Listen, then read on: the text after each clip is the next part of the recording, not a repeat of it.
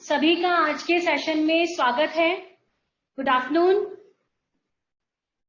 आज मेरे ख्याल से हम लोगों ने काफी सारे थ्योरी के सेशंस मेरे अटेंड कर लिए हैं। आप लोगों ने शुरुआत हमने जो की थी, थोड़ा सा मैं याद दिलाऊं, हमने शुरुआत की थी स्विंग कंपोनेंट से।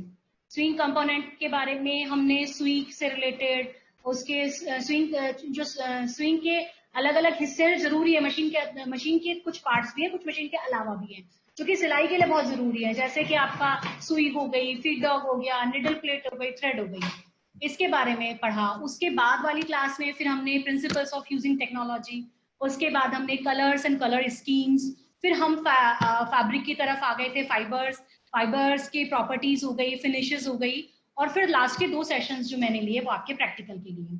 इसी बीच में अभी कल अचानक से ध्यान आया, हालांकि प्लान नहीं था कि मैं आज आपका मल्टीपल चॉइस क्वेश्चन आंसर्स का सेशन लूंगी, पर कहीं ना कहीं माइंड में चल रहा था कि लॉकडाउन के बाद में एग्जाम्स होने हैं, नजदीक भी आ गए हैं, तो आप सभी को ये पैटर्न पता होना चाहिए कि पढ़ना किस तरीके से है, क्या क्या क्वेश्चंस हैं, क्वेश्चंस जो पूछे जाएंगे उनका पैटर्न कैसा होगा, है ना।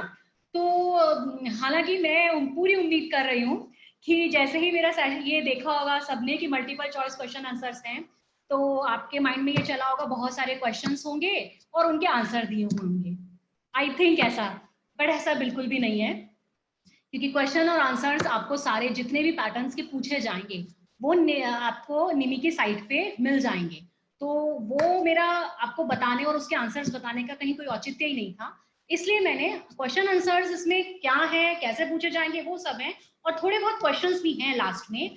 बट एग्जैक्टली मेरे सारे जो सेशंस थे उनके ऐसा नहीं है कि उनके सारे क्वेश्चंस मैंने इसमें इंक्लूड किए। हाँ, मैं आपको डिस्कशन के दौरान क्वेश्चंस बताती जाऊंगी, आप नोटबुक और पेन जरूर लेके बैठें, इसीलिए मैंने लिखे नहीं है क्वेश्चंस, पर मैं बोलती जाऊंगी जब मैं आपका सेशन ले रही हूँ पूरे ब्लॉग। ओके, सो टॉपिक की तरफ आगे बढ़ते हैं। कहीं कोई नेटवर्क इशू तो नहीं है? आप जरा मुझे चैट में लिख के बता दें प्लीज।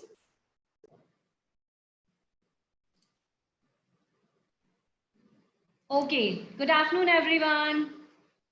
ठीक है, आगे बढ़ते हैं हम।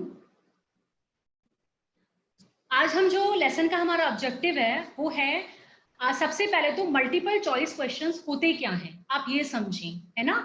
उसके बाद में मल्टीपल चॉइस क्वेश्चंस के पार्ट क्या क्या हैं, फिर मल्टीपल चॉइस क्वेश्चन अगर पूछे जा रहे हैं तो कहाँ से पूछे जाएंगे। आपके जो लर्निंग आउटकम है, जो NSQF अलाइन सिलेबस है, उसमें लर्निंग आउटकम लिखे हुए हैं, दिए हुए हैं, तो उन लर्निंग आउटकम से ही रिलेट करके क्वेश्चंस पूछे जाएंगे आपसे। उसके बाद में मैं आपको बता रही हूँ यहाँ पे marks allocation as per syllabus content, जो सिलेबस का कंटेंट है उसके हिसाब से मार्क्स कैसे दिए गए हैं कि इस कंटेंट में से कितने मार्क्स के पूछे जाएंगे, और ये सब आपका जो क्वालिफिकेशन पैक है जो आपको CSTRI के साइट पे मिल जाएंगे सभी सिलेबस के, तो आप वहां से डाउनलोड करें। और जो जयपुर के जितने भी स्टूडेंट्स हैं उनको मैंने सिलेबस, उसका ब्रेकअप और आवर्स, मार्क्स जितने भी मार्क्स थे, और इसके अलावा आपके आवर्स डिस्ट्रीब्यूशंस हैं और वो सब मैंने उसमें दिए हुए हैं, पर बाकी लोग आपके पास हैं, अच्छी बात है, अगर नहीं है तो आप CSTRI के साइट से ले लें उसे। आई थिंक निमी पे भी अवेलेबल होगा। उसके बाद में आपका pattern of multiple choice questions, जो आपसे मल्टीपल चॉइस क्वेश्चंस पूछे जाएंगे उनका पैटर्न क्या होगा, किस तरीके से पूछे जाएंगे, है ना। और उसके बाद में लास्ट में फ्यू क्वेश्चंस जो कुछ मैंने स्लाइड्स पे लिखे हुए हैं और जो कुछ स्लाइड्स पे जो नहीं है वो वैसे वर्बली मैं आपको बताऊंगी। देखिए, हम कोई भी किसी भी कोर्स में एडमिशन लेते हैं और उसके बाद पूरे ईयर, थ्रू आउट ईयर हम स्टडीज अपनी करते हैं, और हर एक व्यक्ति ये चाहता है कि मैं एग्जाम्स में अच्छे से परफॉर्म करूं और अच्छे से मेरे आ जाए मार्क्स, ठीक है। लेकिन मार्क्स आपको एक सर्टिफिकेट लेने का, उसमें कितना स्कोर किया वो है, वो एक जरिया है, उस हिसाब से आपको पढ़ना भी है। लेकिन आपका ये नहीं होना चाहिए कि मेरे को 50 क्वेश्चंस कहीं से दिख जाए, मैं उसको रट लूं, याद कर लूं।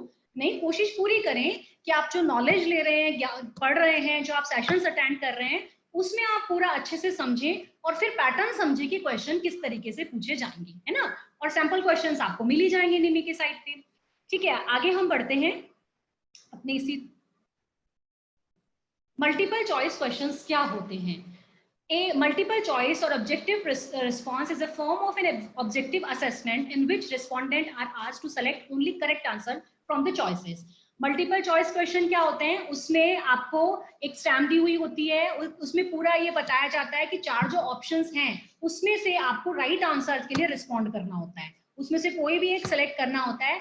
और ये जैसे दोनों अभी कंपटीशन एग्जाम में आप कॉम्पिटिटिव में देखते हैं, वहां पे पेनल्टी मार्किंग भी होती है कि आपने जो सही क्वेश्चन का आंसर किया उसके तो मार्क मिलेंगे ही मिलेंगे नंबर आपको, लेकिन अगर आपने रॉन्ग किया है तो फिर एज ए पेनल्टी कुछ 1/4 मार्क्स या जो भी है वो डिडक्ट होगा।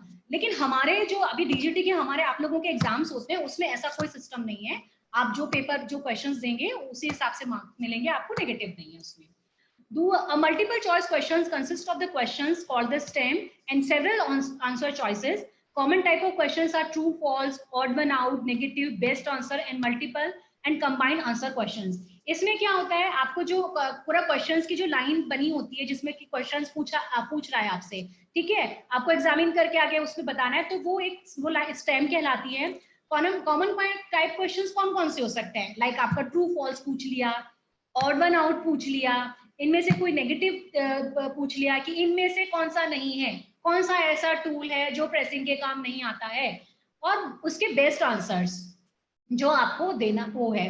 और उसके अलावा कुछ मल्टीपल कंबाइंड आंसर्स भी हो सकते हैं, जैसे कि अभी हमने आपको नेचुरल फाइबर पढ़ाया था, तो निम्न में से कौन सा सीड फाइबर है, बीज के बाल हैं।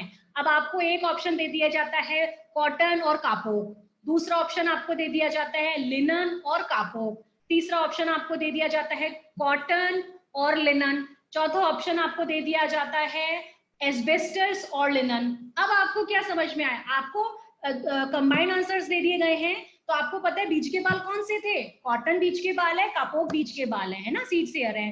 तो इस तरीके से भी आपको दिया जा सकता है, इस तरीके से भी पूछा जा सकता है। ओके, उसके बाद में आगे चलते हैं। हाँ, साथ में मैं एक और आपको ऐड कर दूं, हमारा जो अभी इस समय हमारा निमी का डीजीटी का क्वेश्चंस फ्रेमिंग जो है, आपसे क्वेश्चंस पूछने का है, यूजुअली हम लोग नेगेटिव क्वेश्चंस अवॉइड करते हैं, हम ट्रू फॉल्स भी अवॉइड करते हैं, और हमारा इसमें ऑड वन आउट भी हम अवॉइड ही करते हैं, है ना। हम आपकी जैसे रिकॉल मेमोरी को लेके बेस्ट आंसर्स जो हैं, कुछ मल्टीपल कंबाइंड्स हो सकते हैं, उस तरीके के हम मैक्सिमम क्वेश्चन आपको उसमें मिलेंगे, ठीक है। उसके बाद में आगे बढ़ते हैं हम।